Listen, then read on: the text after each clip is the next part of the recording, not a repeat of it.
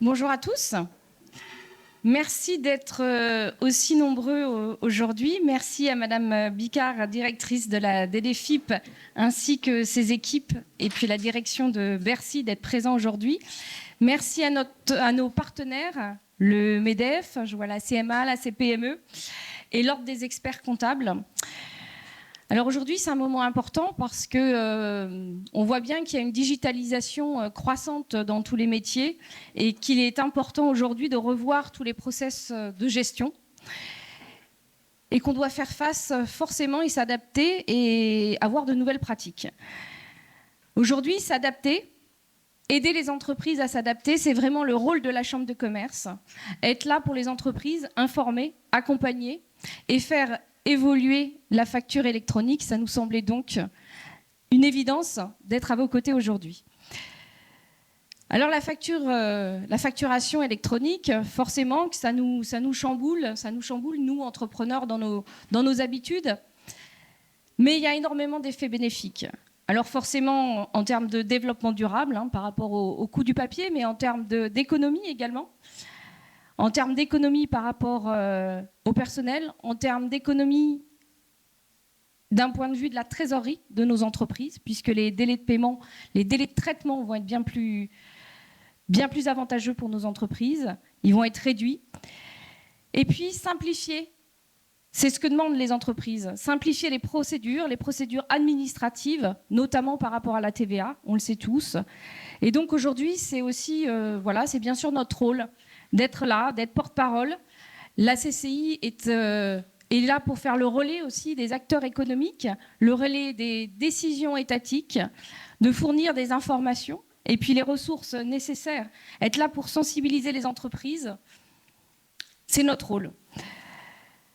Soutenir, accompagner, faire la promotion aussi de la standardisation de ces facturations, et puis être un facilitateur. Ça y est. Être facilitateur, en fait. Voilà, je crois que c'est vraiment ce qu'on dit aussi depuis le début aux chambres de commerce. On doit être... Non, c'est... Il y a aussi le micro. Voilà, être facilitateur. Il y a un bouton à payer, excusez-moi. Et pourtant, je suis chez moi. Donc oui, c'est important d'accompagner et d'être facilitateur pour les entreprises. C'est ce que les entreprises demandent, de la simplification. Donc c'est vraiment pour ça qu'on est à vos côtés aujourd'hui. Je pense que c'est une étape incontournable aussi de la transformation numérique de nos entreprises pour 2024. Et c'était important que vous ayez les bonnes informations. Et encore merci à Madame Bicard d'être là aujourd'hui et d'avoir choisi la Chambre de commerce. Merci à Bercy.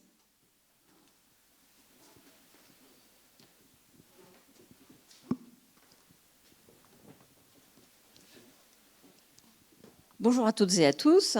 À mon tour de vous remercier pour votre présence, de remercier Madame la Présidente de la CCI, donc Amiens Picardie, de nous accueillir aujourd'hui et d'avoir accepté de s'associer donc à la DDFIP de la Somme, dont je suis la directrice, comme vous l'avez compris, pour organiser conjointement cette manifestation consacrée à la facturation électronique dans la sphère privée.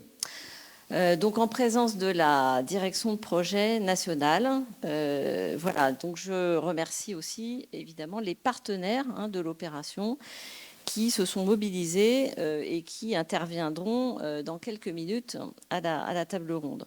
Je précise sphère privée car, comme vous le savez, la facturation électronique est déjà une réalité depuis quelques années dans les relations entre les entreprises avec la sphère publique.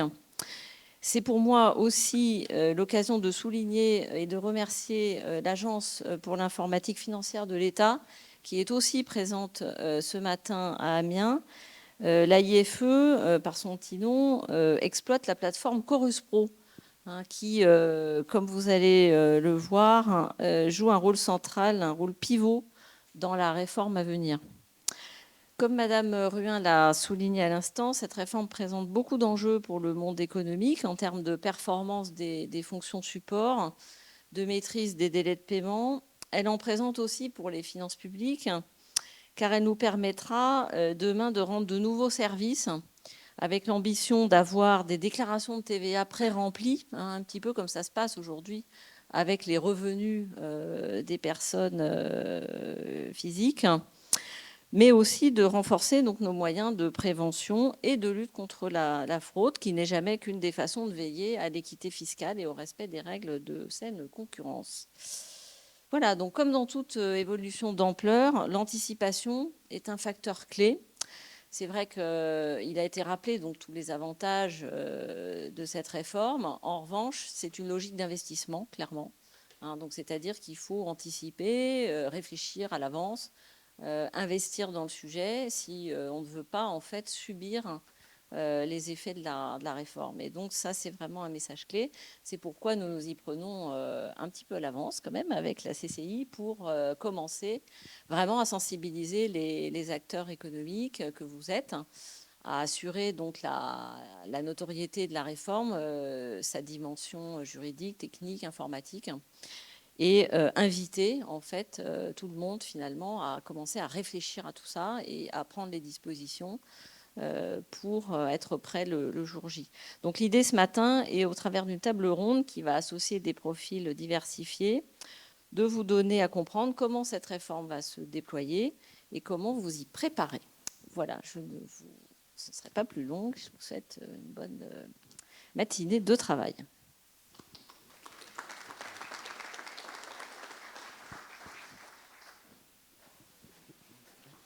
Alors, bonjour à tous. Donc, merci beaucoup à la CCI et à la DEFIP de la Somme de nous accueillir. Je me présente, donc, je suis Mathieu Legal de la direction de projet facturation électronique. Donc à Bercy, donc, on est une petite équipe d'une dizaine de personnes qui sont en charge de coordonner tout le dispositif facturation électronique et notamment d'intervenir dans ce genre d'événement pour sensibiliser les entreprises et leur dire concrètement comment ça va se passer demain pour elles. Qu'est-ce qui va fonctionner, comment ça va marcher pour faire de la facturation électronique. Alors cette présentation, elle est axée sur les grands principes de la réforme, mais ça je vais aller assez rapidement dessus sur les objectifs parce que je ne veux pas dire mieux que Madame Bicard et Madame Ruin, c'est impossible, c'est très bien comme ça. Elles ont résumé en quelques mots les enjeux de la réforme. La compétitivité des entreprises, premier point, très important. On a une diminution de la charge administrative qui est démontrée avec la facturation électronique. Pourquoi je dis démontrée ? Parce que ce n'est pas quelque chose de nouveau, en fait, la facturation électronique. C'est quelque chose qui existe déjà dans d'autres pays, en Amérique du Sud et en Europe également, en Italie, en Espagne. Donc on a des retours économiques qui sont réels, ce n'est pas des prospections. On a des chefs d'entreprise qui nous disent tout simplement qu'ils ont gagné de l'argent en passant à la facturation électronique. Alors il ne faut pas se leurrer non plus. Hein. Si les États, que ce soit dans le monde, en Europe ou en France, décident d'y aller, c'est aussi pour augmenter leurs recettes budgétaires, il faut le dire. Il y a un aspect de lutte contre la fraude qui existe, mais c'est au bénéfice des opérateurs de bonne foi. Il n'y a rien de plus énervant pour une entreprise que de perdre un marché parce qu'un concurrent ne respecte pas les règles du jeu. Donc ça, c'est très important également pour nous de faire en sorte que tout le monde soit sur la même ligne en termes de concurrence. Il y a également un point qui va être très important. On l'a vu il n'y a pas très longtemps avec les dispositifs d'aide à l'énergie ou d'aide pendant le Covid. Ça peut être parfois un peu compliqué ce qu'on vous demande de faire en termes de formulaire, de saisie pour obtenir les aides. La principale difficulté qu'a l'État sur le sujet, c'est qu'on avait des données qui relevaient de N-1, l'exercice d'avant. Donc, quand on veut vous soutenir sur un secteur d'activité, on n'a pas des données contemporaines. Donc, on est forcé de vous demander de remplir des formulaires, de vous remplir des chiffres qui sont compliqués. Avec la facturation électronique, on aura des données contemporaines. Donc, quand on veut soutenir l'économie, on peut le faire sans avoir besoin de passer par 150 formulaires assez difficiles à remplir.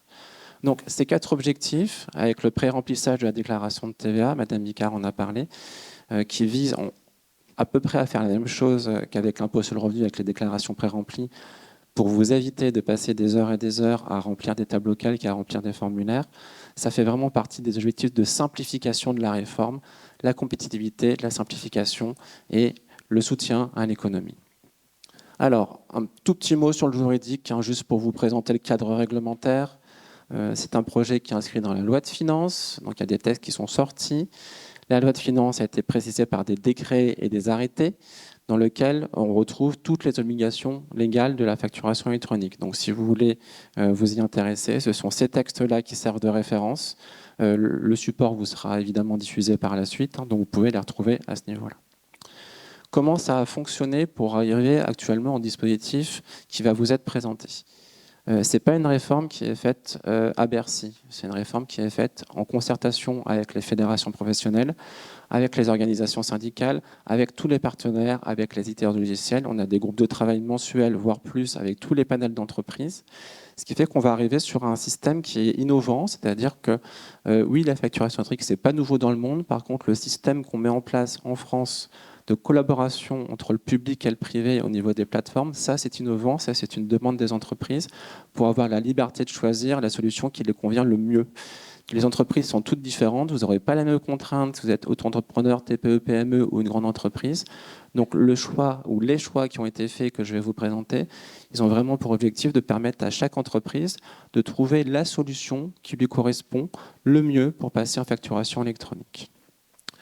Alors, qui est concerné par cette réforme ? Là, c'est assez simple à comprendre. À partir du moment où vous êtes assujetti à la TVA, quelle que soit la taille de votre entreprise, vous êtes dans le champ de la réforme. Les seuls qui n'y sont pas, ce sont ceux qui ne sont pas assujettis à la TVA. J'insiste là-dessus. Il y a peut-être des auto-entrepreneurs ou des gens qui sont en franchise en base dans la salle, c'est-à-dire des personnes qui ont tout petit chiffre d'affaires. Vous êtes aussi dans le champ de la réforme. Donc c'est vraiment important de comprendre, il y a à peu près 95% des 4 millions d'entreprises françaises qui sont dans le champ de la réforme. Et évidemment, les entités publiques, c'est-à-dire l'État, est également dans le champ de la réforme. Il n'y a pas de raison. Si on demande aux entreprises de le faire, nous, on va le faire également. Donc l'État, quand il va facturer avec de la TVA aux entreprises, va également passer en mode facturation électronique.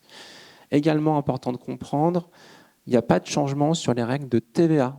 C'est vraiment une modification de la facture. Toutes les règles de TVA règlent les mêmes.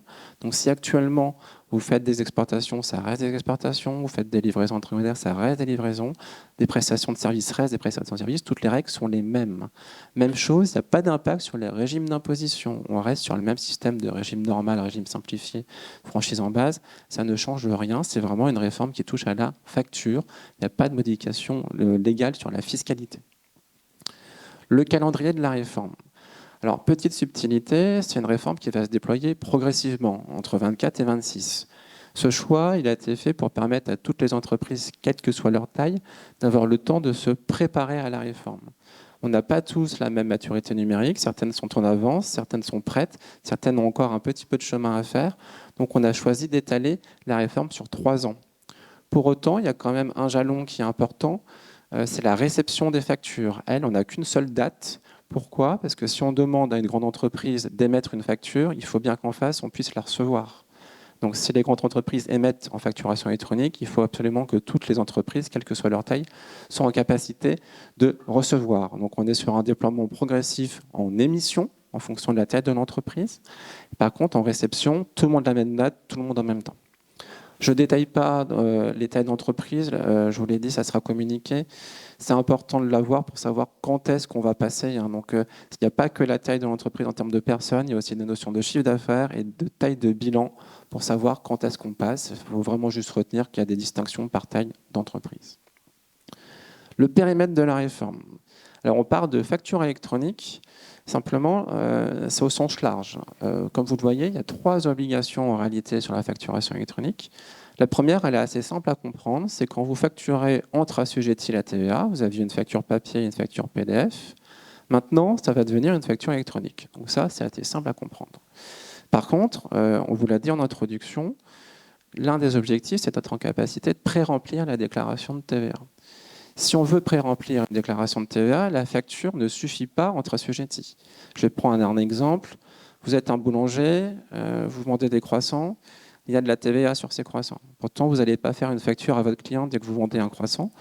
On ne va pas vous demander de le faire, je vous rassure tout de suite. Ça ne serait pas du tout possible. Et de toute façon, les particuliers ne seraient pas en capacité de lire une facture électronique.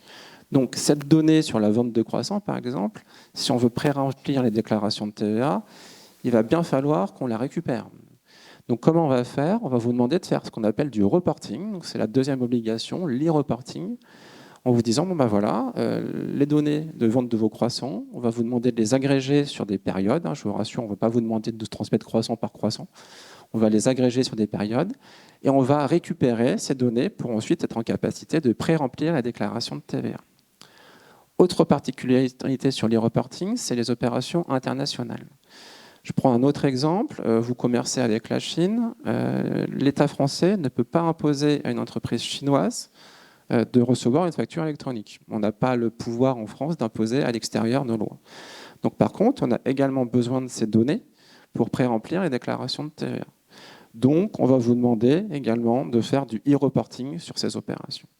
Donc, si je récapitule, on a la facture sur les opérations entre TVA, donc ça c'est assez classique. Et puis on a tout ce qui ne relève pas de la facture au final, mais des opérations avec les particuliers et à l'international, qui sont ce qu'on appelle l'e-reporting. Avec toutes ces données, on a de quoi pré-remplir la déclaration de TVA. Pour autant, vous le voyez, il y a une troisième obligation sur la transmission des données relatives au paiement pour les prestations de services. Pourquoi cette obligation ? Eh bien, on a des données, c'est très bien. Encore faut-il savoir sur quelle période les déclarer. Est-ce qu'on la met sur la déclaration de TVA de mars, d'avril, de mai, de juin ? Voilà. Donc, pour la facture, c'est assez simple. Quand vous faites des ventes de biens, la facture correspond à la date d'exigibilité. Donc, on n'a pas besoin de données supplémentaires. Par contre, pour les prestations de services, on déclare la TVA au moment où on reçoit l'encaissement de la prestation. Donc, pour les prestations de services, on a besoin d'avoir connaissance de la transmission des données de paiement. Donc, une fois qu'on a tout ça, facturation électronique, e-reporting et e-reporting des données de paiement, on est en capacité de vous offrir une déclaration pré-remplie de TVA. Donc, il faut vraiment l'avoir en tête parce qu'en fait, c'est des choses qui sont différentes, qui sont complémentaires, mais quand on parle de facturation électronique et de généralisation de la facturation électronique, c'est l'ensemble de ces éléments et ça s'inscrit dans le même calendrier, il n'y a pas de décalage. On fait de la facturation électronique, de l'e-reporting et de la transmission des données de paiement. Très important également, on a fait un sondage il n'y a pas très longtemps en demandant aux entreprises est-ce que vous êtes bien informés sur la facturation électronique ? On a 75% qui nous répondent oui, c'est bien, je me suis renseigné. Par contre, quand on leur demande concrètement c'est quoi une facture électronique, il y en a encore 70% qui nous répondent c'est une facture PDF envoyée par courriel.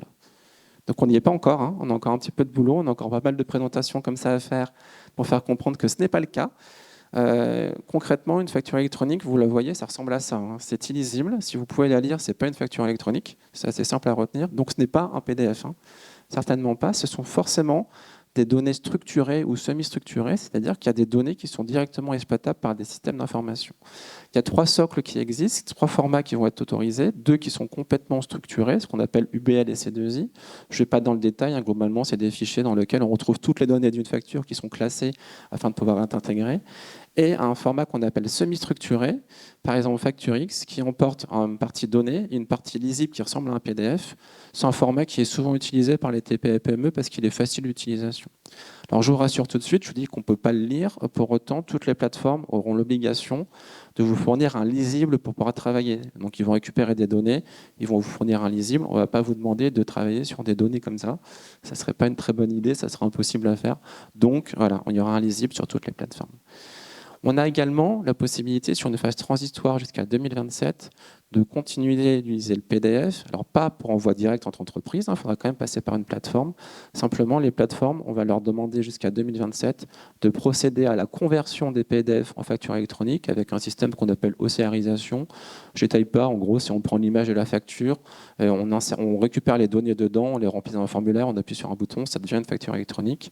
Donc il y a une tolérance parce qu'on sait très bien qu'en 2026, ça peut être compliqué pour certains d'entre vous d'être en facturation électronique. Il y en a certains qui ne seront pas forcément informés, qui n'auront pas anticipé.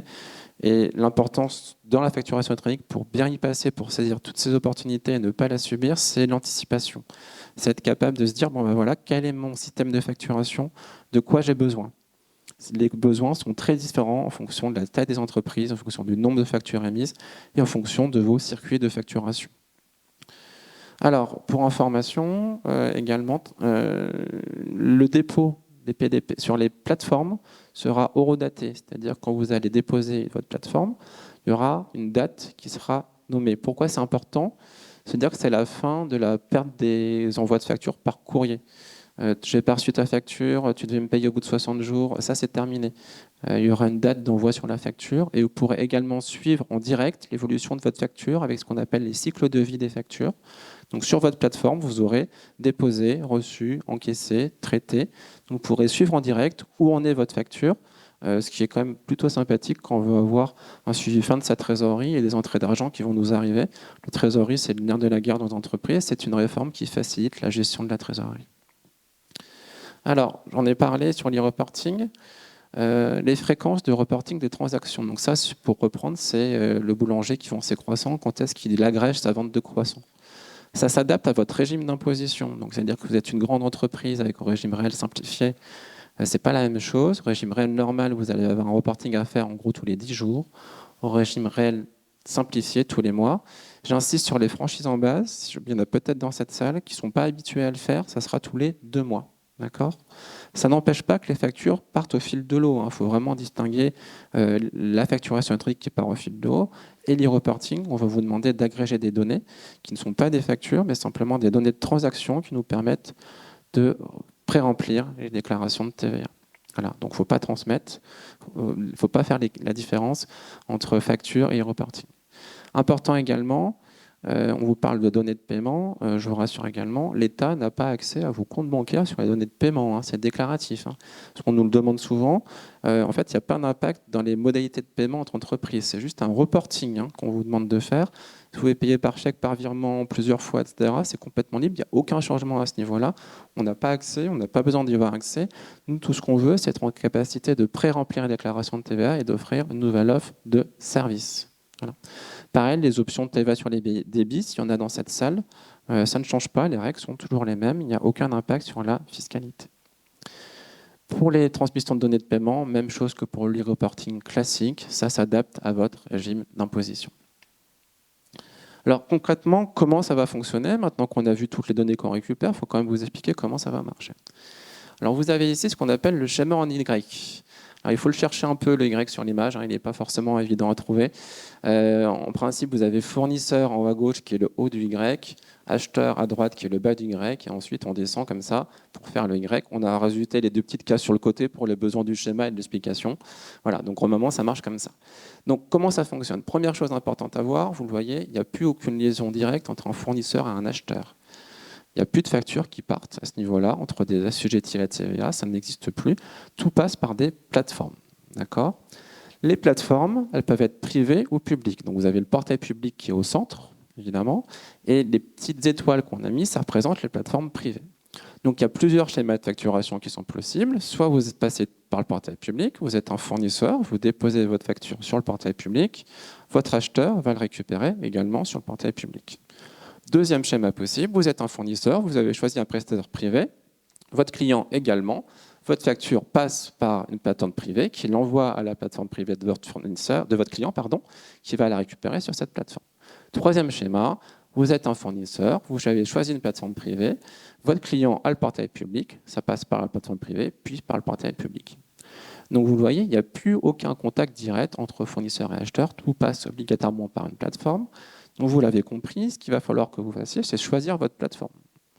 Est-ce que je passe par le public? Est-ce que je passe par le privé? On en parlera un petit peu. Il y a des différences entre les deux. Les principales, c'est que le portail public est gratuit. Par contre, il fournit uniquement un socle minimum de fonctionnalités qui vous permettent de répondre aux obligations de la réforme. Donc si vous êtes une petite entreprise et que vous voulez zéro coût, vous avez peu de factures, ça suffit. Par contre, les plateformes privées vont vous produire des prestations supplémentaires. Je donne un exemple. Vous avez beaucoup de factures, vous avez des clients qui ne payent pas bien, ils peuvent vous fournir un système de relance automatisé. Donc vous pouvez faire le choix de dire, bon, bah, moi la relance, je l'externalise à la plateforme, ça me fait gagner de l'argent en interne, je l'externalise, la plateforme le fait. Donc le choix que vous allez devoir faire, c'est à ce niveau-là. Est-ce que le portail public me suffit, qui est gratuit, ou est-ce que j'ai besoin de prestations supplémentaires? Et dans ce cas-là, me tourner vers un opérateur privé. Important également, vous le voyez, l'administration fiscale qui est tout en bas, c'est nous, globalement c'est la DGFiP et le fisc. On ne récupère pas les factures, on n'est pas dans la chaîne, vous voyez. On récupère uniquement les données. Pourquoi c'est important? Je prends l'exemple d'une facture EDF. Sur une facture EDF, vous avez votre numéro de compteur, vous avez votre consommation, vous avez des données à caractère personnel. Ça, on ne les récupère pas. On récupère uniquement les données qui nous servent après remplir les déclarations de TVA. On a souvent des questions là-dessus, vous allez tout voir, etc. Non, en fait, on voit juste les données pour pré-remplir les déclarations de TVA. Alors, le rôle du portail public de facturation pour vous aider à choisir et bien comprendre ce qu'il fait. Première chose à comprendre, le portail de facturation, il va gérer ce qu'on appelle l'annuaire des entreprises et des destinataires. Vous l'avez compris, il n'y a plus de facture papier. Donc pour autant, il faut bien être en capacité de joindre le destinataire. Avant, c'était l'adresse postale et ça, c'est terminé. Donc le portail public, il va avoir l'annuaire des entreprises, c'est-à-dire un croisement entre la base Sirène, qui va servir d'identifiant, d'accord, et les entreprises qui sont à la TVA. Donc il y a à peu près 4 millions d'entreprises en France, il y en a 95% qui vont être dans cet annuaire. Et donc c'est cet annuaire qui va permettre d'atteindre le destinataire. Pourquoi c'est important ? Vous êtes une entreprise, vous allez me dire, bah mince, comment je vais être certain que mon client touche bien ma facture ? Je ne connais pas sa plateforme. Ce n'est pas grave. Vous n'avez pas besoin de connaître la plateforme de votre client. Vous avez juste, vous, à en choisir une, et c'est la plateforme qui, en consultant l'annuaire, va pouvoir repérer quelle est la plateforme de votre client. Donc tout ce que vous avez à faire, vous, entreprise, c'est de choisir une plateforme et la facture transitera via les plateformes, vers votre client, quelle que soit la plateforme choisie par votre client. Vous n'avez pas besoin d'avoir la même que votre client, vous pouvez même en choisir plusieurs. Le système d'annuaire est justement fait pour qu'il y ait un système d'interopérabilité entre les plateformes pour que vos factures atterrissent obligatoirement chez votre destinataire et vous pourrez suivre l'envoi de cette facture. Important également, c'est lui qui concentre les données vers l'administration fiscale. On ne récupère pas les factures, c'est lui qui a le rôle de concentrateur pour qu'on puisse ensuite pré-remplir les déclarations de TVA. Et enfin, je l'ai dit, c'est un socle de services minimum gratuit qui permet à toute entreprise de répondre aux obligations de la réforme. Il y a même un système d'archivage qui est prévu sur le portail public de la facturation. Les plateformes. Alors, les plateformes, donc, ce sont des opérateurs privés qui vont devoir se faire immatriculer par l'administration. Immatriculer, c'est quoi ? Ça signifie qu'on a ouvert un service, pas très loin d'ici d'ailleurs, c'est à Lille, qui, lui, va avoir pour rôle de vérifier qu'elles répondent bien à toutes les obligations posées par la réforme, notamment en termes de sécurité des données. C'est à peu près 2 milliards de factures par an, la facturation électronique en France. Donc ce service, il a pour rôle d'étudier le dossier de candidature des plateformes et de s'assurer qu'elles ont toutes les qualifications requises en termes d'hébergement des données. Par exemple, s'il y a des données qui sont hébergées en dehors de l'Europe, c'est non, on refuse l'immatriculation. Donc toute la sécurisation de ces plateformes est faite par la DGFiP. Donc on s'assure, avant de délivrer une autorisation d'être plateforme, que tout est en règle. Pour être complet, une fois qu'on a délivré l'autorisation, il y a également un audit qui est prévu par la suite pour s'assurer que les données qui transitent par ces plateformes sont sécurisées. C'est une condition essentielle du bon fonctionnement de la facturation électronique en France. Alors, le rôle des plateformes, donc émettre, transmettre et réceptionner les factures, je vous l'ai dit, tout transite par eux. Gérer les cycles de vie. Dans les cycles de vie des factures, c'est la vision en temps réel pour les entreprises du temps de traitement de la facture, du moment où elle est traitée chez votre destinataire et l'état d'avancement. Les plateformes peuvent insérer des cycles de vie supplémentaires en mettant par exemple facture en litige, facture traitée partiellement, pour vous aider à voir exactement où en est votre facture chez votre client. Extraire les données de facturation réglementaire et les transmettre au PPF et réceptionner ou extraire les données de transactions de paiement. Donc ça, c'est toujours la même chose, c'est de l'extraction de données pour ensuite, à terme, communication à l'administration fiscale. Par contre, ce n'est pas la plateforme privée qui communique directement avec l'administration fiscale, c'est toujours le PPF qui a ce rôle de centralisation, PPF, portail public de facturation. Alors, la procédure d'immatriculation est gérée par le service d'immatriculation. J'en ai déjà parlé, je ne reviens pas dessus. On n'a pas beaucoup de temps pour cette présentation et c'est vrai qu'il y aura peut-être des questions dans la salle, donc je préfère qu'on insiste derrière sur les questions. En gros, ça c'est le descriptif du service d'immatriculation qui est ouvert en mai. Vous aurez le diapositive par la suite si vous avez besoin de plus d'informations. Il y a une adresse mail qui existe. En gros, ça sera l'interlocuteur dédié des candidats à plateforme. Je le rappelle, actuellement, il n'y a aucune plateforme qui est déjà immatriculée. Donc, si vous êtes démarchés par des opérateurs de dématérialisation, ils peuvent être crédibles. Pour autant, ce ne sont pas encore des plateformes qui sont authentifiées. Donc soyez prudents en termes de démarchage commercial. Il n'y a aucune plateforme qui a actuellement reçu l'agrément de l'État pour émettre ou recevoir des factures. Ça n'existe pas encore. Il y a beaucoup de publicités qui circulent. Actuellement, si vous tapez facturation électronique sur un moteur de recherche, ce n'est pas le site des impôts qui sort en premier, c'est le site des annonceurs. Donc soyez prudents quand vous faites démarcher. Prenez le temps d'anticiper, d'analyser les offres, d'analyser vos besoins. Ne signez pas de contrat sans avoir fait attention à ce que vous signez. C'est très important parce que ça vous engage peut-être par la suite. Donc faites attention. Pour l'instant, il n'y a aucune plateforme qui est immatriculée. Le service n'a pas encore rendu l'immatriculation.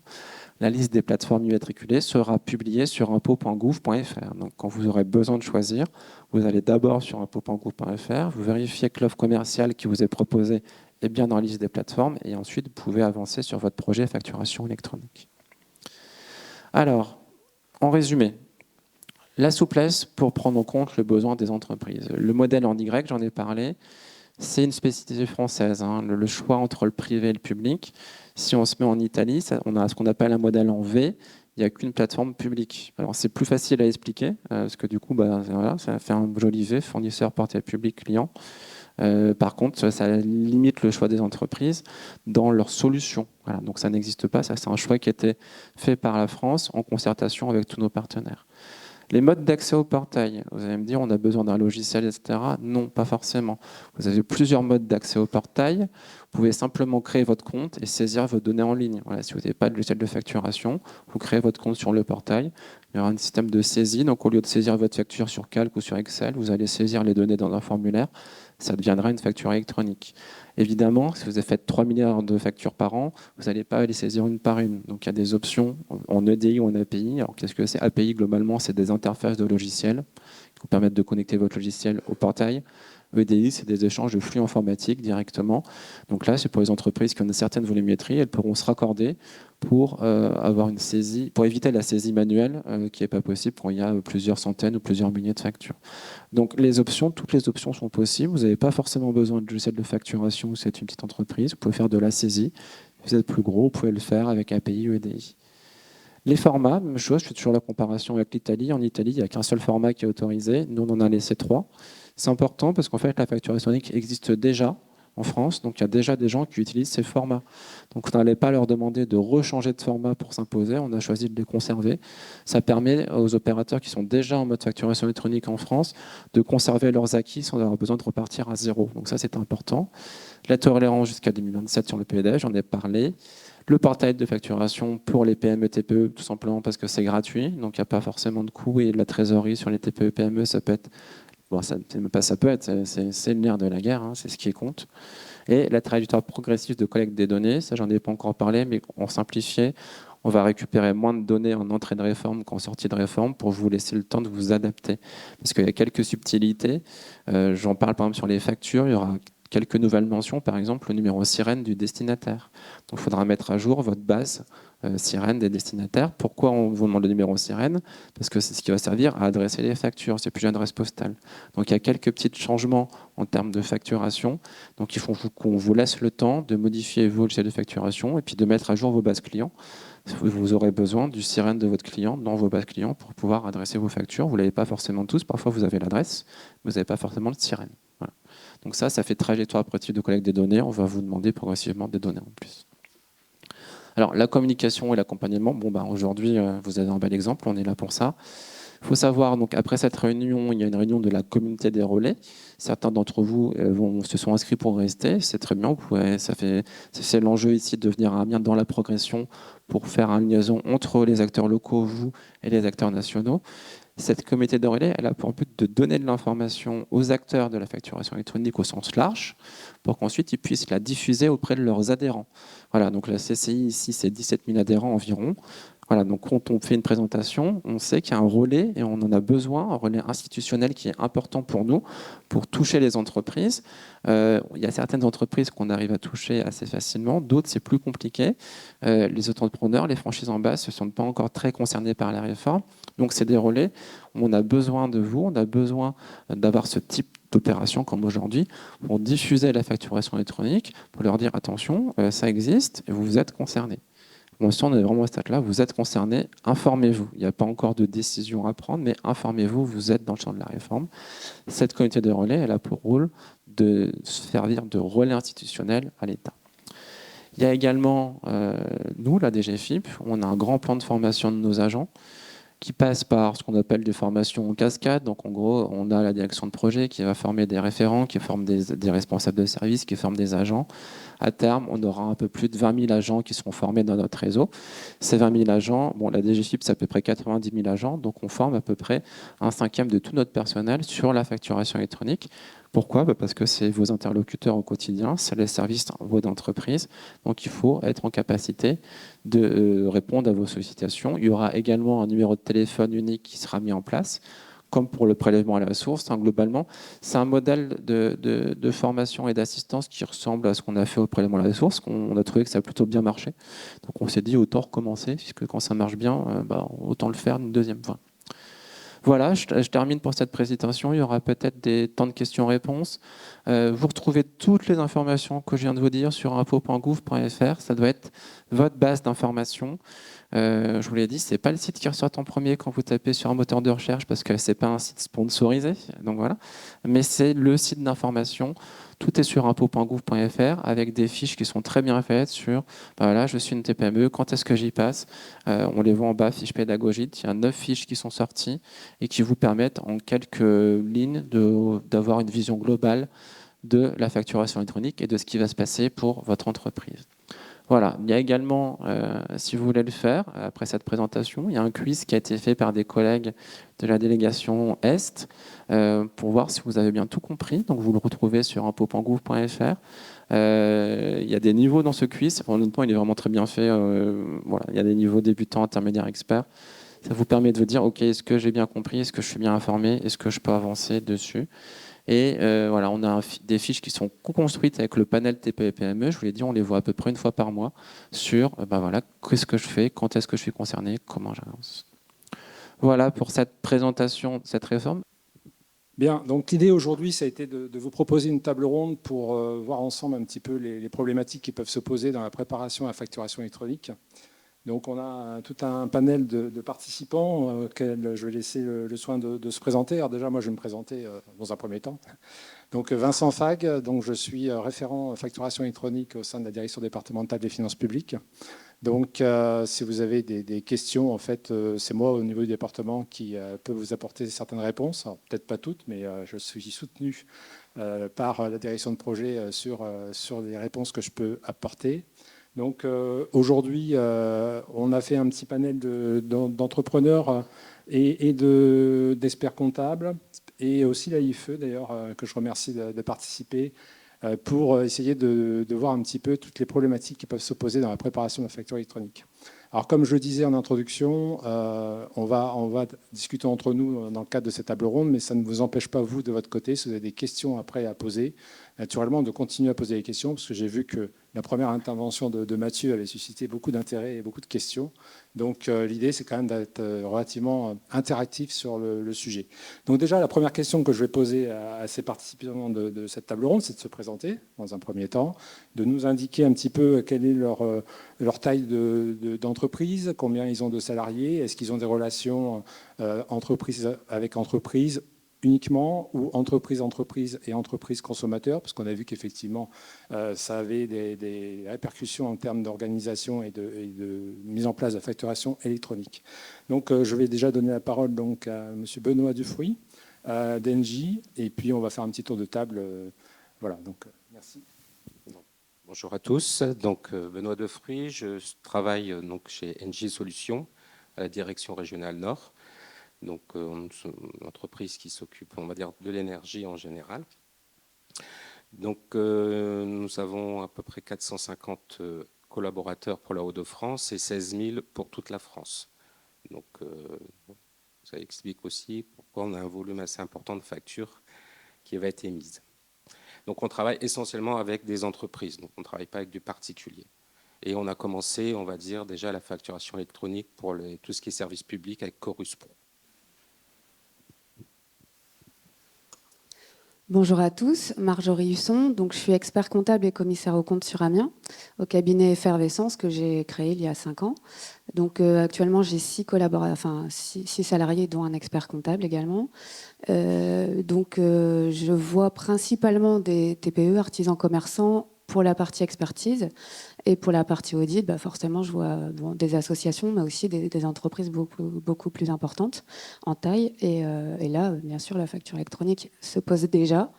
Après, pour l'expertise, c'est plutôt pour l'instant la réception dans mon cabinet, mais je représente également l'ordre des experts comptables. Donc, c'est vrai qu'on a beaucoup de sujets sur la facture électronique. Les experts comptables sont en formation actuellement, puisque c'est encore assez, je ne vais pas dire flou, mais on en apprend de chaque jour.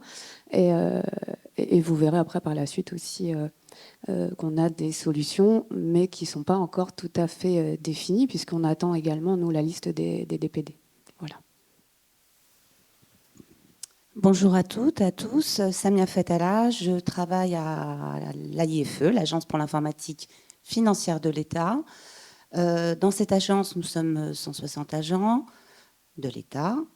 Nous construisons, maintenons et accompagnons sur les outils du budget, de la dépense et de la comptabilité de l'État, et bien évidemment sur l'outil Chorus Pro, qui est actuellement la facturation électronique vers la sphère publique et bientôt le B2B. Voilà. Bonjour, Vincent Jacques, entrepreneur. J'ai créé plusieurs sociétés dans le passé, surtout dans l'informatique, dans le logiciel, pour la grande distribution, pour logiciel de finance aussi. Et là, plus récemment, l'an dernier, j'ai repris un hôtel-restaurant à Montdidier, le Condé. Aujourd'hui, une dizaine de salariés, donc qui était fermé, que j'ai relancé fin d'année dernière.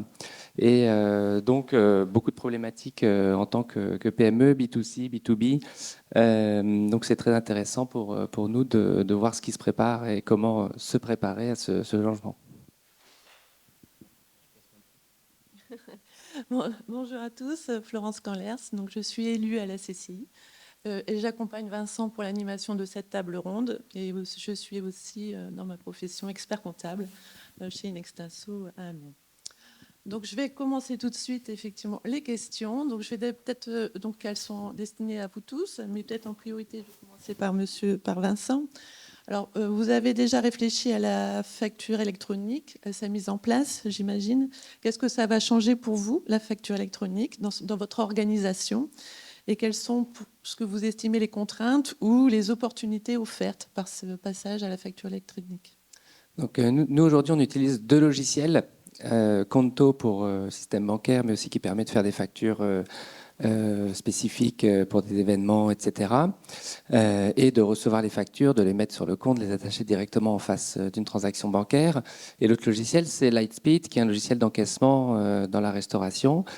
Moi, ce que j'espère, c'est qu'on puisse utiliser les mêmes logiciels et que ces logiciels gèrent la facturation électronique et donc qu'on n'ait aucun changement de notre côté, qu'eux soient connectés à la plateforme publique et que dès qu'on crée une facture, celle-ci soit mise sur la plateforme publique ou quand on en reçoit une, ce soit interconnecté avec les logiciels qu'on utilise aujourd'hui. Voilà, moi, mon espoir, c'est qu'on n'ait pas de travail supplémentaire et qu'on fonctionne comme aujourd'hui avec les logiciels existants.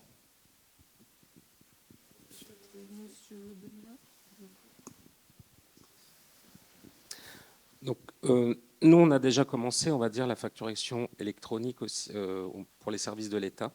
C'est-à-dire qu'on dépose déjà les factures dans Chorus. On a un prestataire actuel qui s'occupe de récolter nos factures et de les déposer directement dans Chorus, pré-remplis. Donc là, on va changer de prestataire. On attend qu'il soit homologué par l'État, ECOM, pour le système de flux à la fois de envoyer des factures et de les recevoir automatiquement dans nos logiciels. Donc là, nous, on a un service chez Engie, on va dire Engie Group, qui travaille dessus pour travailler sur un seul prestataire. Donc, on va dire 60% est déjà, on va dire, mis en place par les services publics. On est obligé quand on travaille avec un service public, on est obligé de déposer les factures dans Chorus, c'est obligatoire.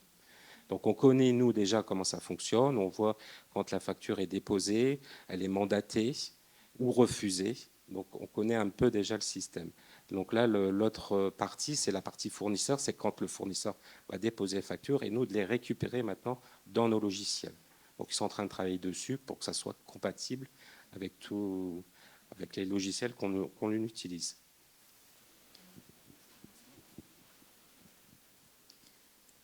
Du coup, excusez-moi, je me permets une question. Du coup, vous avez des refus de certaines factures parce qu'il y a des... Oui, on a des rejets.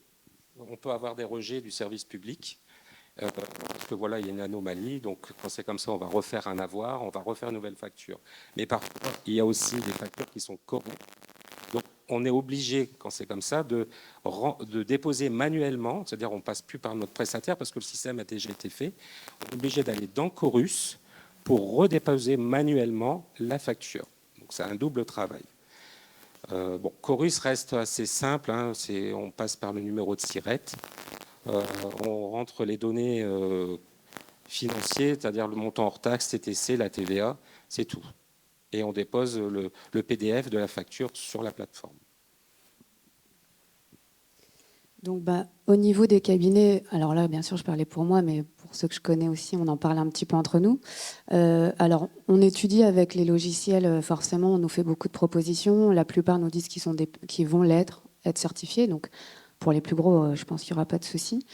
Mais pour l'instant, on ne sait pas non plus si ça va se faire. Donc, évidemment, ils nous proposent déjà de changer le logiciel, de mettre en place.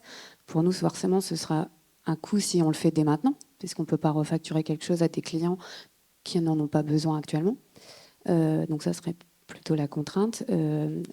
Ensuite, il n'y aura pas que des contraintes, hein, parce que même s'il y aura des phases de test où il y aura forcément des bugs, ce sera tout de même, je pense, une opportunité, puisque comme vous l'avez dit, on n'aura plus besoin aussi bien de réclamer plusieurs fois aux clients, puisqu'il y en a certains, comme monsieur le disait tout à l'heure, c'est très compliqué d'accéder aux factures, puis il y a tellement de codes. Je comprends tout à fait ce que disait monsieur. Déjà, même nous, en tant qu'experts comptables, on récupère, normalement, c'est sûr que c'est des codes assez privés, mais les clients nous les donnent. Et on a accès à leur facturation comme ça, mais il suffit qu'ils changent un code, on est bloqué, quoi. Donc forcément, ça va nous simplifier un petit peu la tâche sur ce point-là, où on pourrait récupérer. Mais la question se pose également, c'est comment va-t-on récupérer? Est-ce qu'on le fait par le service public qui sera sur le site commun, ou est-ce que chacun aura son logiciel également et on pourra récupérer pour les clients? Parce que je pense que quand je dis petit, c'est pas péjoratif, mais les personnes qui sont très peu informatisées, forcément, ce sera aux experts comptables de le faire. Donc il faut qu'on puisse le faire pour eux, qu'on puisse réceptionner au moins au début pour ces clients et après les aider à mettre en place la facture électronique, parce que certains sont encore, soyons francs, soit sur Excel, Word. Alors Word, c'est vrai que c'est vraiment pas, ça les aide pas beaucoup. Excel, on a du mal déjà à les faire aller sur des logiciels. Donc beaucoup de cabinets proposent déjà des logiciels de facturation mis à disposition des clients. Mais moi j'ai le cas sur un de mes clients qui me dit oui, mais si je le fais sur le logiciel, ça bloque la facture. Oui, c'est le but en fait.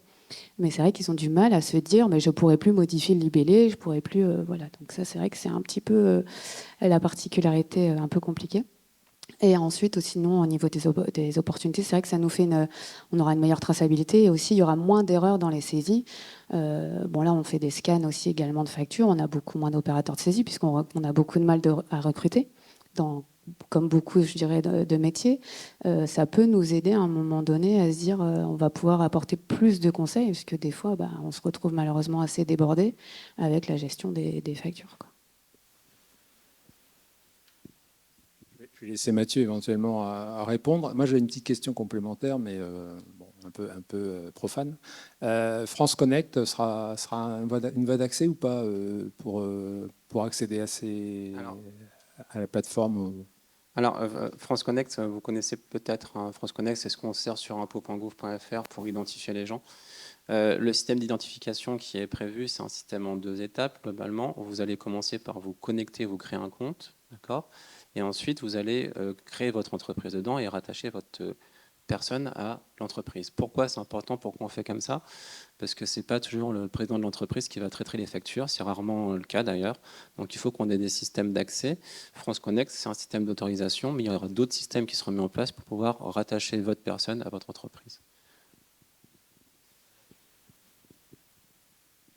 Bien, merci. Alors, est-ce que vous, aujourd'hui, vous pensez investir dans un matériel particulier, monsieur Jacques, notamment, par exemple, dans le cadre de la mise en place de facturation électronique? Est-ce que vous envisagez ou pas un investissement d'un équipement spécifique?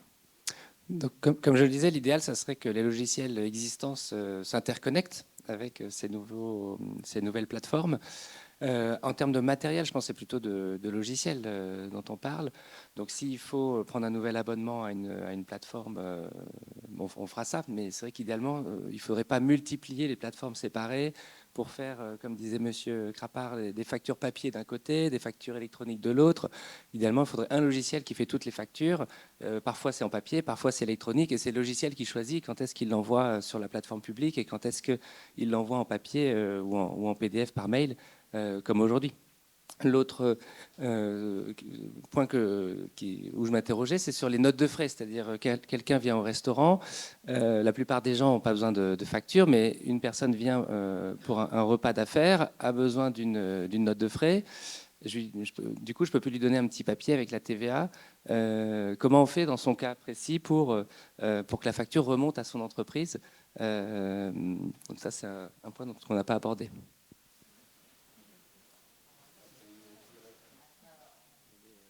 Je peux répondre tout de suite rapidement. Alors, pour les notes de frais, effectivement, ça fait partie des choses, mais ça rejoint globalement ce qu'on disait. On va vous demander, c'est que ça a changé, on parlait l'exemple des factures d'annulation et ce genre de choses. On va vous demander en fait de faire ce qui est déjà prévu de manière orthodoxe, mais ce qui n'est pas forcément fait dans la vraie vie. La petite note de frais avec une virgule, effectivement, normalement, ça ne fonctionne pas comme ça dans la vraie vie. Ce n'est pas ce qui devrait être fait. Pourtant, c'est ce qui se fait beaucoup dans les restaurants. Je prends d'autres exemples. La facture rectificative qu'on met à la poubelle, on en refait une, on recommence. Ça, forcément, c'est terminé.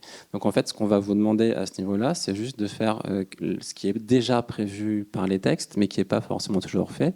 Si vous avez besoin de faire une note de frais vis-à-vis d'une entreprise pour un repas d'affaires, normalement, sur cette note de frais, il doit avoir le numéro sirène à l'intérieur. Voilà, ce qui n'est pas forcément le cas. Et donc, le numéro sirène permettra ensuite à l'entreprise de récupérer sa TVA derrière, puisque la facture lui sera adressée. Donc, en fait, ce qu'on va vous demander de faire, et c'est vrai que ça fait partie de l'aspect gros changement, alors pas pour tout le monde, mais quand même gros changement, c'est que toutes les petites écritures de coin de table qui existaient et qui se comprend pour des raisons commerciales, avec la facturation électronique, ça change. Une facture qui est émise et puis rectifiée, il y a un flux qui est parti sur la première facture. Donc ensuite, s'il y a une rectification, si on ne barre pas la facture, il y a une nouvelle facture qui est réellement faite avec une rectification parce qu'il y a un nouvel flux qui part. Donc ça, c'est un changement qui n'est pas forcément du domaine informatique, mais plus du côté accompagnement, voire managérial dans vos collaborateurs pour leur dire, attention, préparez-vous, vos métiers vont changer.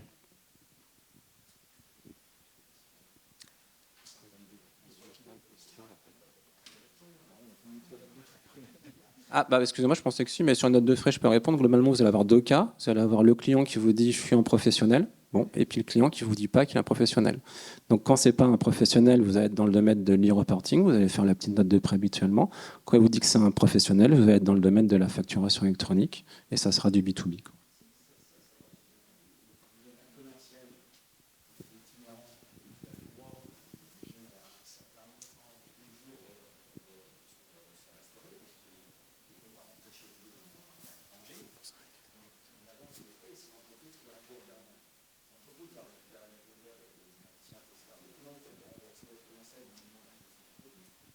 Oui, mais ça change quoi par rapport à maintenant?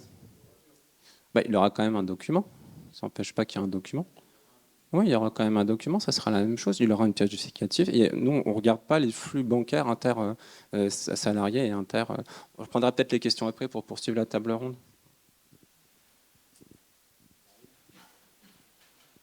Je propose de garder vos questions pour après, bien que je vois bien le fort intérêt que vous avez et l'impatience. Et donc, on va reprendre la table ronde parce que M. Defruy n'avait pas répondu encore à la question. C'est-à-dire, est-ce qu'à Engie, il y a des équipements complémentaires qui vont être mis en place ou est-ce que déjà vous êtes en cible, d'après vous, pour la facturation électronique? Donc, oui, on va changer de prestataire, ça on est obligé. Les équipements, on les a déjà. Et oui, il y a donc, voilà, un service informatique qui travaille justement dessus. Parce que comme c'est Engie France, donc toutes nos filiales. Donc on a un volume énorme de factures. Donc oui, on travaille dessus et on est candidat au 1er janvier pour être entreprise pilote. Donc on attend aussi l'accord du gouvernement pour être en phase de test. Et on attend aussi que notre prestataire soit homologué. Donc ça aussi, pour le moment, au jour d'aujourd'hui, il n'est pas homologué. Dans 6 mois, on espère qu'il soit, parce que derrière, voilà, il y a quand même du travail au niveau informatique.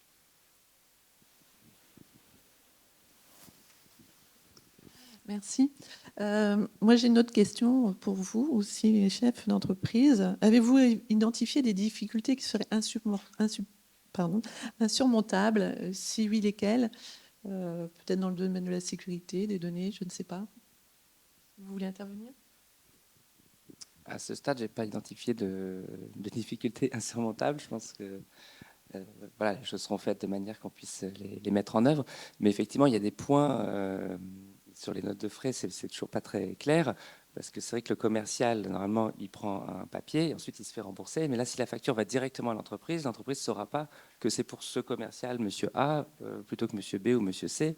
Ce sera déjà payé, mais l'entreprise elle reçoit une facture déjà payée par quelqu'un dont on ne sait pas qui. Donc voilà, tout ça, c'est pas très clair sur les chaînes de transmission de l'information pour chaque commercial. Donc, mais bon, je pense que ça va être. Enfin, j'espère que ça va être géré. Après, il arrive que parfois les choses ne soient pas gérées, que ce soit complètement chaotique. Mais j'espère que ce ne sera pas le cas pour ce domaine.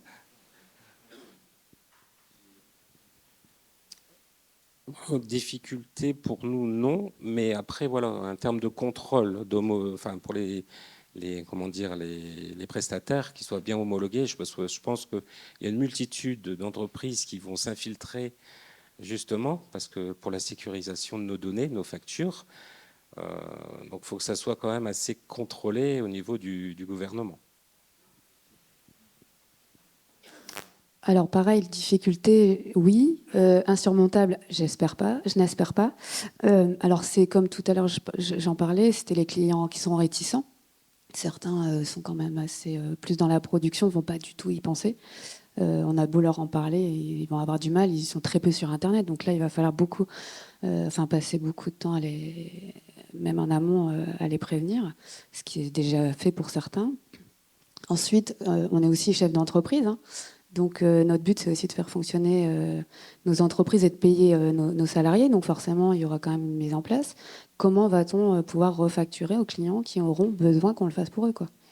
Donc ça, c'est aussi des sujets dont on a besoin, enfin chacun voit dans son cabinet, mais on en parle aussi entre nous, et c'est vrai que ce n'est pas évident. Alors je sais bien qu'il y a des portails gratuits, mais comme on dit, à voir si c'est de la fonctionnalité. Donc là, on espère que ce sera assez simple et que nos logiciels, avec les API, pourront se connecter assez facilement et qu'on pourra aider au mieux les clients. Voilà pour principalement. Après, effectivement, on a aussi d'autres difficultés qui peuvent être. On a aussi du personnel qui peut être alors un peu ancien, je dirais, au niveau informatique. Donc forcément, ils travaillent sur nos logiciels. Il n'y a pas de souci. Ils ont réussi à s'adapter. Mais là, pour certains qui sont peut-être, pour ceux qui vont partir à retraite dans 5 ans, je dirais, ils vont avoir du mal quand même à se dire bon, il faut recommencer encore, à se remettre dans des choses assez techniques. Donc, il faudra qu'on arrive à mettre en place, à les aider aussi sur ce point-là, à former nos salariés, quoi. Et même nous, en tant qu'experts comptables, tout le monde n'est pas forcément bon en informatique ou comment dire, a une appétence pour ce sujet, quoi. Merci. Alors, si on se projette maintenant, parce qu'aujourd'hui, c'est dans un an, hein, quasiment jour pour jour, quel serait, d'après vous, le dispositif idéal en termes de liaison entre le logiciel de facturation, entre la plateforme, entre vos services propres? Quel serait votre cible idéale?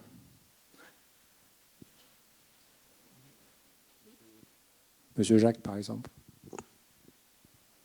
Alors déjà, j'ai envie de dire le worst case scénario à éviter, c'est qu'on arrive à un double fonctionnement où les entreprises émettraient des factures pro forma PDF pour l'envoyer à leurs clients, donc comme aujourd'hui, sauf que ça ne serait pas la vraie facture, avec règlement, etc. Et qu'ensuite, en back-office, il y ait le comptable qui saisisse sur le portail les factures électroniques pour régulariser ce qui a été fait en fait de manière presque informelle par ailleurs.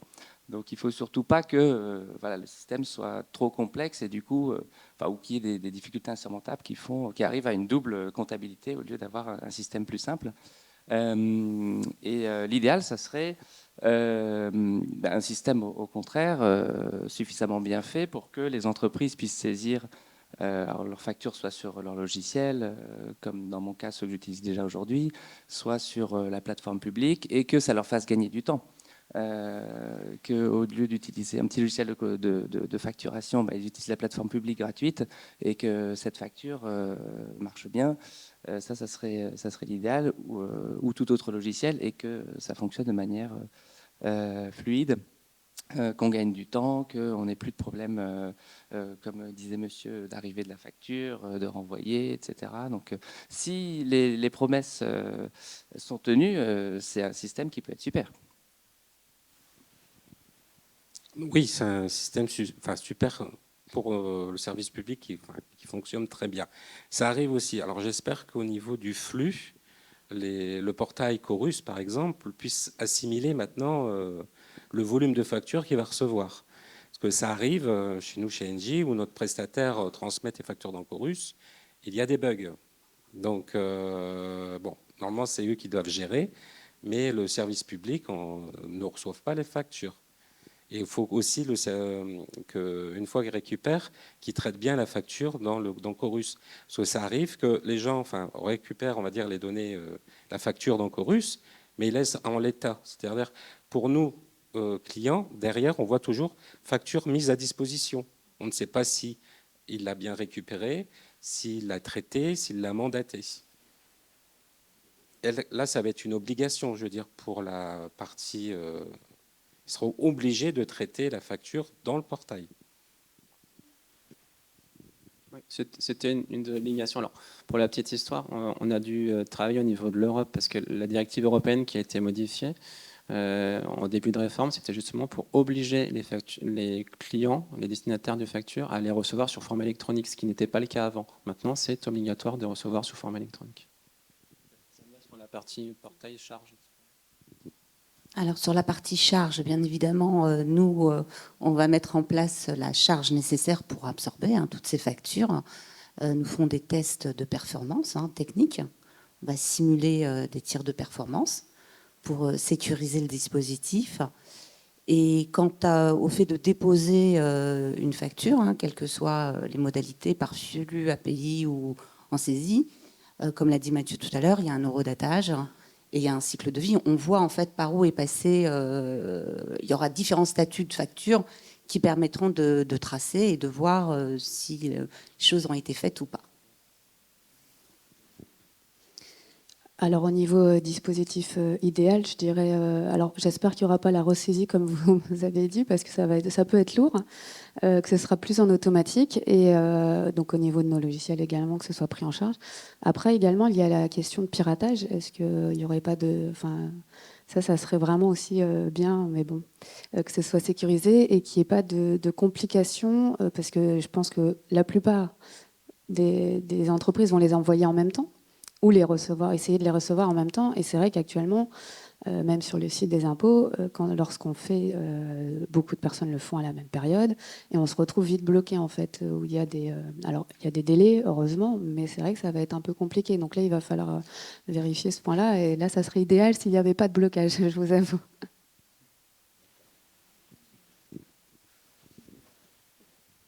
Merci. Bon, alors, on a bien compris qu'on avait cette facture électronique qu'on pouvait émettre et recevoir. Mais maintenant, qu'est-ce que vous allez faire de cette facture? Qu'est-ce que vous avez envisagé de stocker ou de traiter la facture que vous allez recevoir? Qu'est-ce que vous en faites?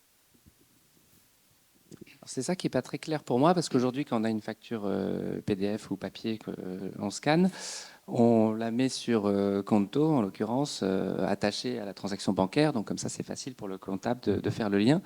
Là, avec la facture électronique, ce que j'ai compris, c'est qu'elle est sur le portail partenaire ou public. Et ensuite, il n'y a pas de lien avec la transaction bancaire. Donc on va toujours devoir faire pareil, c'est-à-dire la télécharger et l'attacher sur notre interface bancaire ou dans un autre dossier, selon ce que chaque entreprise a l'habitude de faire. Donc le fonctionnement en fait, va être le même pour faire le lien avec la comptabilité, si j'ai bien compris. Il n'y a pas de changement. Effectivement, on ne va pas s'immiscer dans la comptabilité des entreprises. Voilà, donc nous, on collecte des données de facturation, de paiement, voilà, de reporting, mais on n'est pas une plateforme de comptabilité.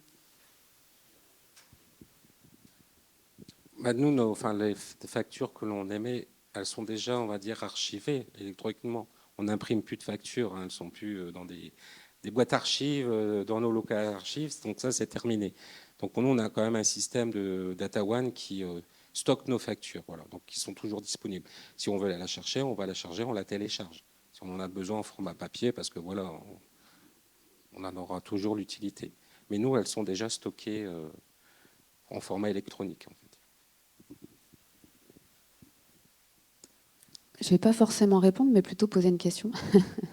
C'est vrai que sur l'archivage, je me demande également, alors on pourra toujours archiver sur les logiciels pour les personnes qui en auront. La question, c'est aussi combien de temps on va pouvoir les garder en ligne si jamais, par exemple, on passe sur le portail des impôts.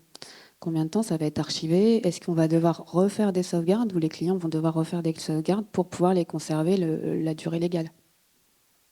Si vous pouvez me répondre. Alors, l'archivage qui est prévu sur le portail public, c'est 10 ans. Voilà. Donc, 10 ans, normalement, ça suffit pour tout. Au niveau du contrôle fiscal, on vous demande 6 ans généralement au maximum. Le code du commerce, c'est 10. Donc, la période d'archivage prévue par le portail public est de 10 ans. Ensuite, sur les plateformes privées, c'est contractuel. Donc là, je ne peux pas vous répondre sur les plateformes privées. Mais pour le public, c'est 10 ans. Excusez-moi, vous parlez du portail privé, mais en fait, quand on sera en privé, après ça redescend en public, il n'y aura pas de compte, en fait, et ça pour l'entreprise. Donc du coup, ils ne pourront pas être sauvegardés après sur le portail public. Alors, nous, oui, là, vous avez raison. Si vous faites que du privé, ce n'est pas l'archivage public qui prend en compte. Donc ça, c'est un choix que vous aurez à faire aussi, entreprise, en fonction de vos besoins. Le portail public propose quelque chose, après, vous prenez ou vous ne prenez pas. Bien, je vous propose de garder le micro parce que la question, là, pour le coup, est spécifiquement pour Mathieu et Samia. Moi, la question que je me pose, c'est quel conseil vous pourriez donner donc, à ces entreprises qui, aujourd'hui, préparent la facturation électronique pour être le mieux préparé possible le jour J? Anticiper la réforme, s'informer, travailler sur vos bases clients pour les mettre à jour avec les numéros sirènes. Pour moi, le plus important, il est vraiment là, de se dire que ce n'est pas une réforme purement de tuyauterie informatique. C'est une réforme qui concerne toute l'entreprise, que ce soit le service comptabilité, le service financier, le patron également, pour les choix qu'il va faire. Ce n'est pas une réforme qui est purement technique, informatique. Il faut associer tous vos collaborateurs à ce niveau-là pour dire, bon, voilà, actuellement, qu'est-ce qu'on fait? Étudiez vos flux. Vous n'aurez pas forcément les mêmes besoins en émission, en réception.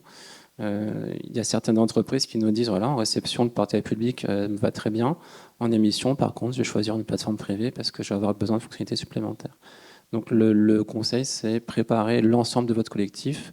Si vous avez une entreprise qui est assez grande, mettez vous en mode projet, c'est-à-dire avoir un chef de projet qui pilote ça en mode transverse et qui contacte toutes les composantes de votre entreprise pour savoir quels sont les besoins précis, identifier vos flux. Donc c'est ça, c'est la préparation, l'information et l'accompagnement. C'est pas qu'une réforme informatique. Juste un petit complément peut-être, effectivement, tu l'as dit Mathieu, c'est aussi organisationnel, donc au sein de l'entreprise, si vous utilisez le PPF, il faudra bien à un moment donné, quand vous aurez créé votre compte, donner des droits aux personnes qui, elles, vont être habilitées à faire en votre nom. Donc voilà, c'est plutôt un volet organisationnel chez vous, identifier les bonnes personnes pour que les choses se fassent.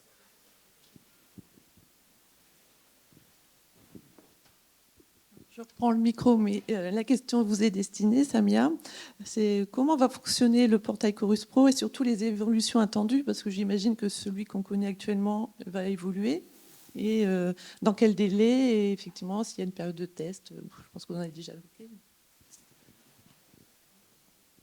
Alors l'actuel portail Chorus Pro va bien évidemment évoluer pour permettre justement de faire de la facturation électronique.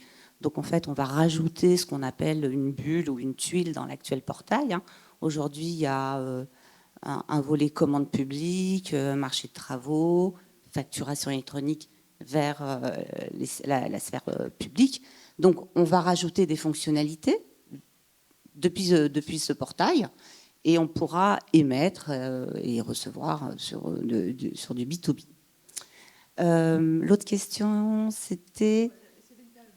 Alors, on a une période qui s'appelle la phase pilote, qui doit commencer en janvier 2024, où on va tester avec un panel d'entreprises. On a déjà eu des retours.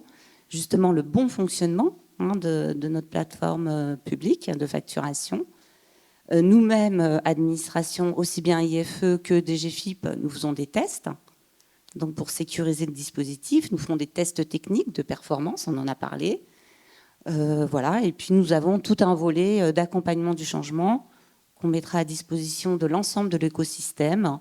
Donc, des supports de formation, des tutoriels didacticiels, des fiches, de la documentation qui sera accessible depuis le portail de service Chorus Pro pour aider les utilisateurs à émettre leurs factures. Merci. Alors, une question aussi, c'est aujourd'hui on parle d'accompagnement. En tant qu'entreprise, de quel accompagnement souhaiteriez-vous bénéficier pour préparer au mieux le passage à la facturation électronique? Quels sont les acteurs qui pourraient vous aider? Comment on pourrait organiser cet accompagnement? Je pense que pour une PME, on pense tout de suite à l'expert comptable. C'est lui qui a pour rôle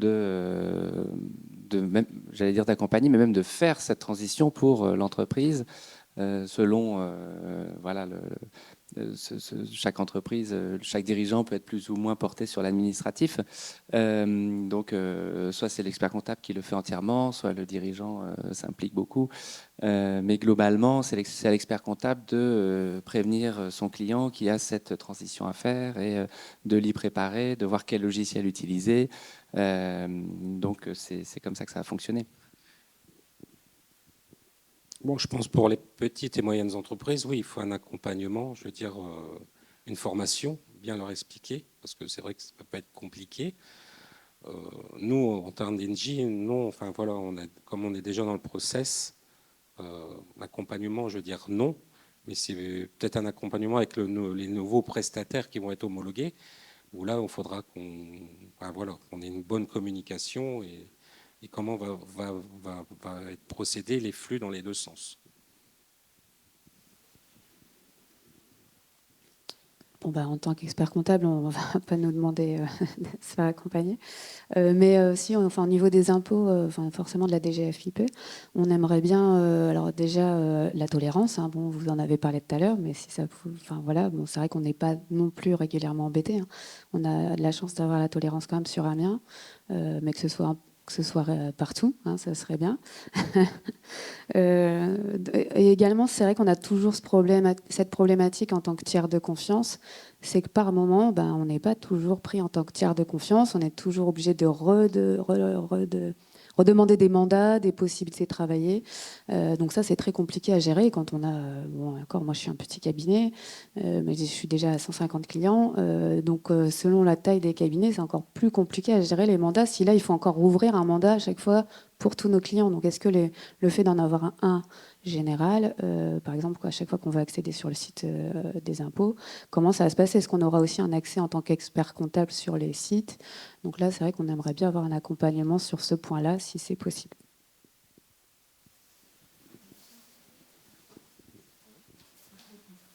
Bon, alors, il y a, sur les 3 volets, donc Engie, effectivement, c'est des sociétés qui sont déjà dedans depuis un petit moment.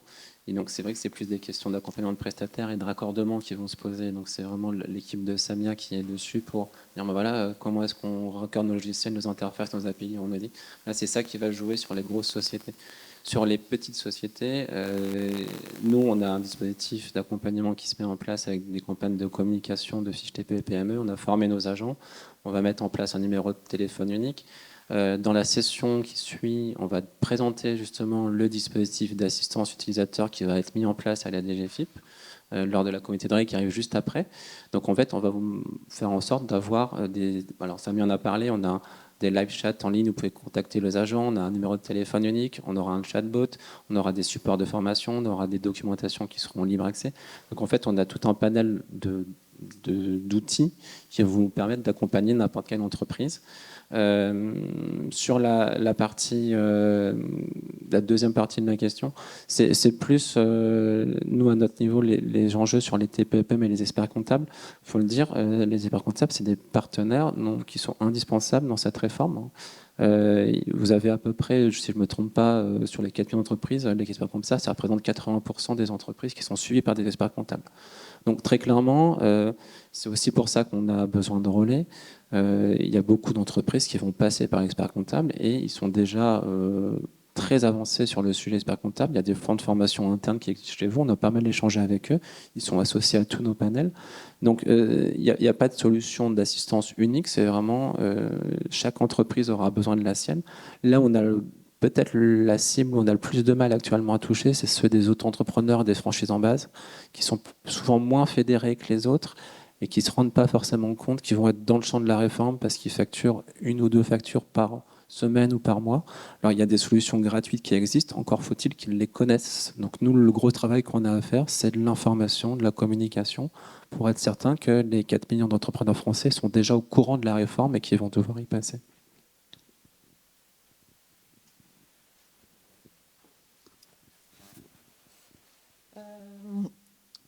Du coup, en tant qu'entrepreneur, qu'attendez-vous du dispositif d'assistance utilisateur ? Est-ce que les supports qu'on vous propose, ça vous paraît suffisant ? Est-ce que vous souhaitez davantage d'autres acteurs peut-être ? Est-ce que vous avez d'autres idées ? Donc là, moi, pour l'instant, je ne sais pas du tout ce qui est proposé comme support utilisateur, comme je n'ai pas encore regardé les plateformes.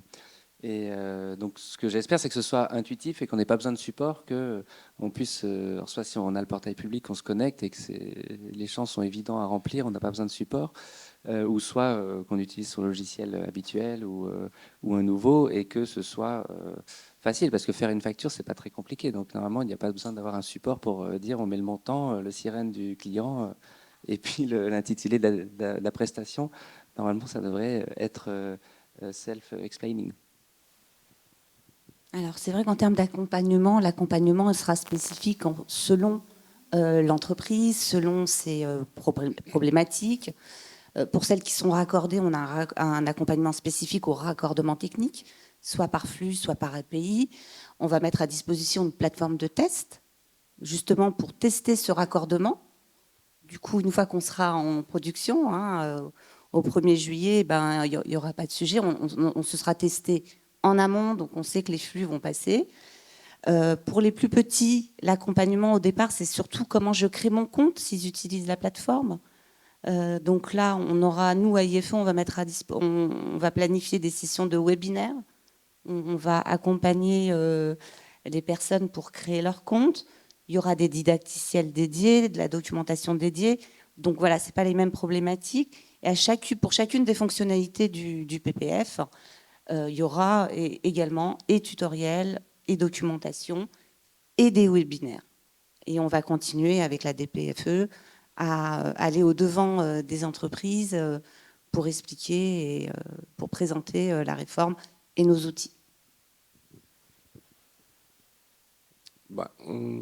Je pense que voilà, une bonne communication pour les petites et moyennes entreprises, parce que en discutant avec certaines que je connais, ils ne connaissaient pas qu'il allait y avoir la facturation électronique. Donc je pense qu'il faut une bonne communication par voie postale aussi, parce que certains entrepreneurs ne vont pas aller sur Internet pour voir le dispositif. Après, bon, certains ont leur cabinet d'experts comptables, mais des toutes petites et moyennes toutes petites entreprises, il leur faut quand même une documentation par courrier, papier, leur expliquer que voilà, à partir de telle date, c'est terminé les factures papier. Oui, d'ailleurs, c'est un bon point. Je me demandais qu'est-ce qui va se passer pour peut-être les 20% d'entreprises qui, le 2 janvier 2024, ne se seront pas inscrites sur une plateforme de facturation électronique et comment ils vont savoir qu'ils ont une facture EDF? Enfin, qu'est-ce qui va se passer concrètement pour toutes ces factures qu'ils devraient recevoir sur la plateforme mais ils ne sont pas inscrits? Alors, les non-inscrits sont inscrits. Voilà. Voilà, c'est ça la réponse. Donc, premier temps de réponse. Deuxième temps, on ne va pas leur tomber dessus. Voilà. On va continuer la communication et l'information. C'est un peu le même principe que sur le prélèvement à la source, hein. Il y avait des dates butoirs. Pour autant, l'administration fiscale n'est jamais tombée sur les entreprises qui avaient des problèmes pour se raccorder en début de dispositif. Ce n'est pas du tout notre rôle, on sera dans l'accompagnement. Donc les non-inscrits seront inscrits sur le portail public et seront répertoriés dans l'annuaire. Donc ils vont quand même le recevoir, la facture, donc c'est prévu. Mais vous avez tout à fait raison, il y a des chances qu'il y ait une petite partie des entrepreneurs, on essaie le moins possible, qui ne soient pas au courant de la réforme. Alors on a une campagne de communication qui va se mettre en route avec des spots à la radio, des spots dans la presse pour informer. Le courrier papier, ça peut être une option qui est envisageable, ça fonctionne également. Je vous dis, les inquiétudes les plus fortes, c'est sur les tout petits entrepreneurs, parce que notamment ceux qui sont en franchise en base et qui vont se dire, bah, de toute façon, moi, la TVA... Voilà. Donc c'est là-dessus, on a besoin des relais institutionnels. On travaille par exemple avec la CPME, on anime pas mal de réunions avec eux pour leur dire si, vous êtes dedans, hein, informez-vous. Après, on n'est pas trop inquiet techniquement pour ce type de public, parce qu'en fait, si vous émettez peu de factures, le système de saisie en ligne, c'est pas plus compliqué de saisir une facture, vous le disiez, une saisie de facture, il y a quelques mentions, on appuie sur un bouton, ça part. Hein. Donc c'est plus qu'ils soient au courant. Donc c'est la communication sur le sujet qui est vraiment très importante et les relais institutionnels qui vont nous permettre de les toucher. Bien, merci à toutes et tous pour cette table ronde. Donc, je vous invite à rester avec nous et puis donc à partager un petit moment de convivialité avant de rattaquer cette deuxième partie de matinée. Merci.